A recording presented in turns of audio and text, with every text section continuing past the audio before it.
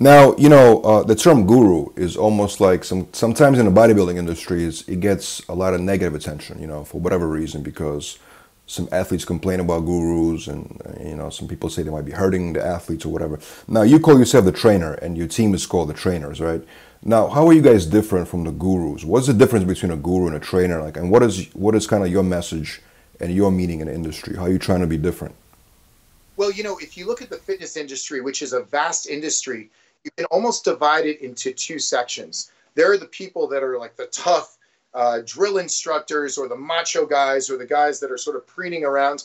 And then there are the guys that are happy and that are open and that are approachable and that are more service oriented. So that's the first way we can divide them.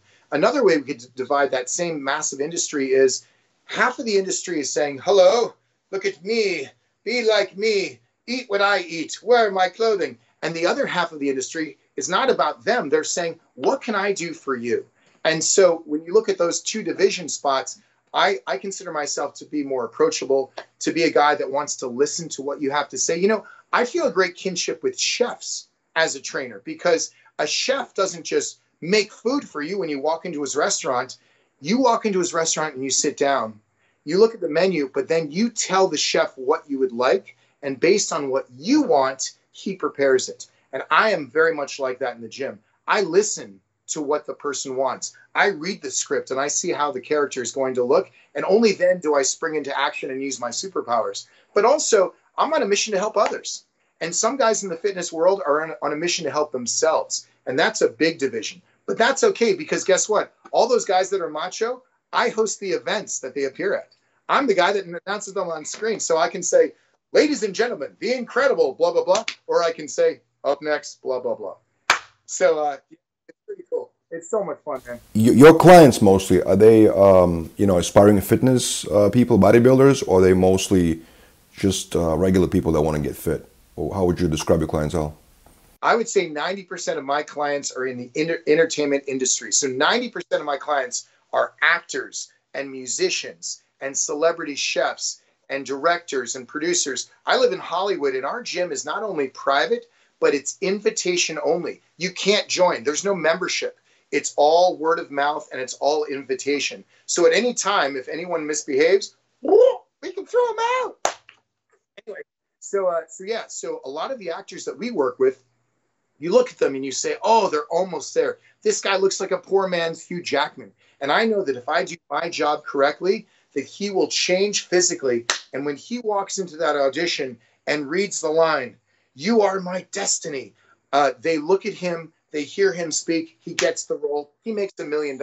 Or if I don't do my job well, "You are my destiny," and he doesn't look that great, he's back working as a waiter at the local Holiday Inn. The haves and the have-nots in Hollywood are huge. So there's a lot of pressure as a trainer to do the very, very best job I have.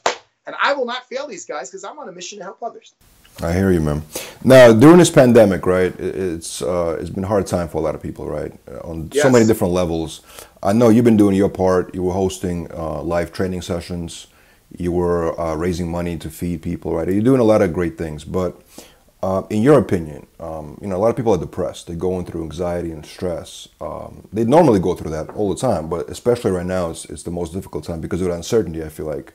Right. What are some of your advices how to fight depression and anxiety and try to remain sane, especially right now?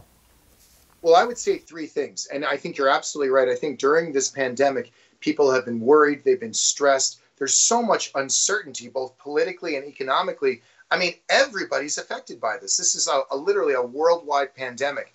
But there are certain things that you can do to feel better and to take care of yourself. It all starts with physical activity, because the endorphins in your mind that are released during exercise, they make you feel so good, and it's a great place to start. So I advise people first thing in the morning to wake up, brush your teeth, use the restroom, and immediately start moving your body. You can exercise at home. You can go for a brisk walk in the neighborhood. You might have to wear a mask, but that's okay, because Halloween's one of my favorite holidays.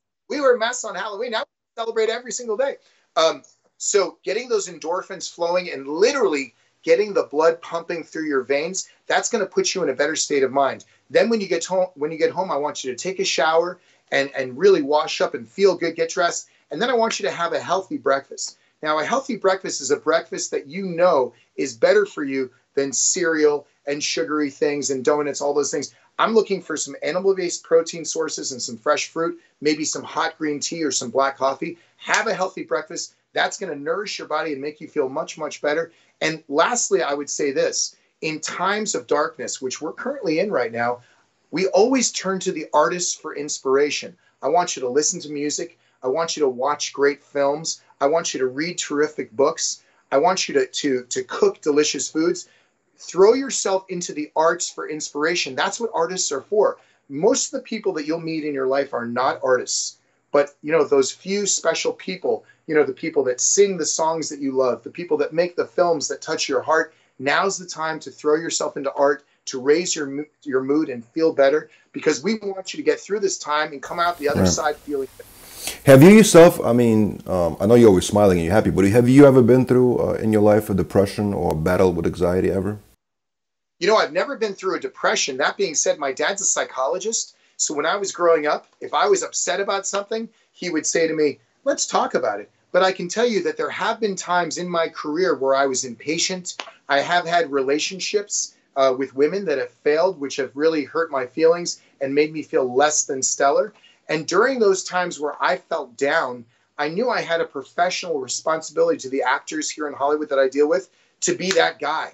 And I'll tell you, when you're feeling sad, like if your heart is broken because of a failed relationship and you're driving to the gym to work out with some famous actor who literally is paying you a lot to be Mr. Happy, it's a really tough thing to handle. But to me, that's a sign of professionalism. So it's not that you're acting, it's not that you're lying, it's that you rise to the occasion to fulfill your responsibility in your job, despite what happens in your heart. And during those times when I've obviously been sad in the past. My son had a health scare once, which really made me worried. In a big, big way. During those times, I listened to music. I watched great films. I threw myself into art to help support me because my heart was feeling heavy. And that's something that I would advise all people to do. Absolutely. And I've been asking the same question from a lot of people that I talked to recently, because I feel like the fitness industry always overlooked when it comes to mental health, because it's just, again, it's a macho-driven industry, right? People, right. It's about, looking good constantly and putting on a mask, you know what I'm saying? And then we find out that a lot of people are actually unhappy. So it's good to hear your take on this, because I feel like some people will listen to it and actually, get inspired. And just by looking at you, they get inspired too, Well, listen, man, all I can say is I'm a guy who's on a mission to help other people. And for those of you that are out there that are feeling sad, that are feeling like your mental health is kind of shaky, if we take those steps, if we do things for ourselves that are both physically good and mentally good, if we spend less time on our phones and on social media, which social media is good for certain things, like it's nice to see what your friends are up to without calling them, or if you're releasing a new movie or a song, it's nice to post it on social media so people can see. But those people that make social media their lives, where literally that's a huge portion of their life, I've never seen them flourish. They always kind of come up and then crash down, because it's very addictive. And it can really, your self-confidence can rise and fall almost like a roller coaster. So my advice is to keep the social media in check and consider it a spoke in the wheel. But if social media is your wheel, be careful. It's a really tough world out there. I agree 100%. And also you're seeing only what people put out there. So you might get depressed just looking at somebody's success, I'm just saying, like, it can happen also. You never know what people are actually going through. The other thing that people can do to feel better during this pandemic is to, number one, do something for others, because part of feeling depressed and sad is it's all inward facing. But if you momentarily say to yourself, you know what, I'm going to help that person with their garden. I'm going to drive that person to the airport. If you start to do things for other people, it actually makes you feel much better. By giving, it brings something to you. Or create. I invite people to create something. Write a song, write a poem, draw a picture. Take your brain away from all of the craziness in the world and do something artistic yourself. It's funny. I recently had some extra time during the COVID lockdown. So after taking a shower after a big workout, I was in my underwear. I started writing songs on the acoustic guitar here on my couch. One of those songs, I went into the studio and started to record. And the guys from Nickelback and the guys from Air Supply and a bunch of famous musicians said, we're playing on it. So we have this song We released it and we're giving 100% of the proceeds to charity. The song is called I'm Yours. And the band we're calling Maine Monster. So if you go on iTunes or Spotify, look up Maine Monster. The song is I'm Yours. 100% goes to Feeding America.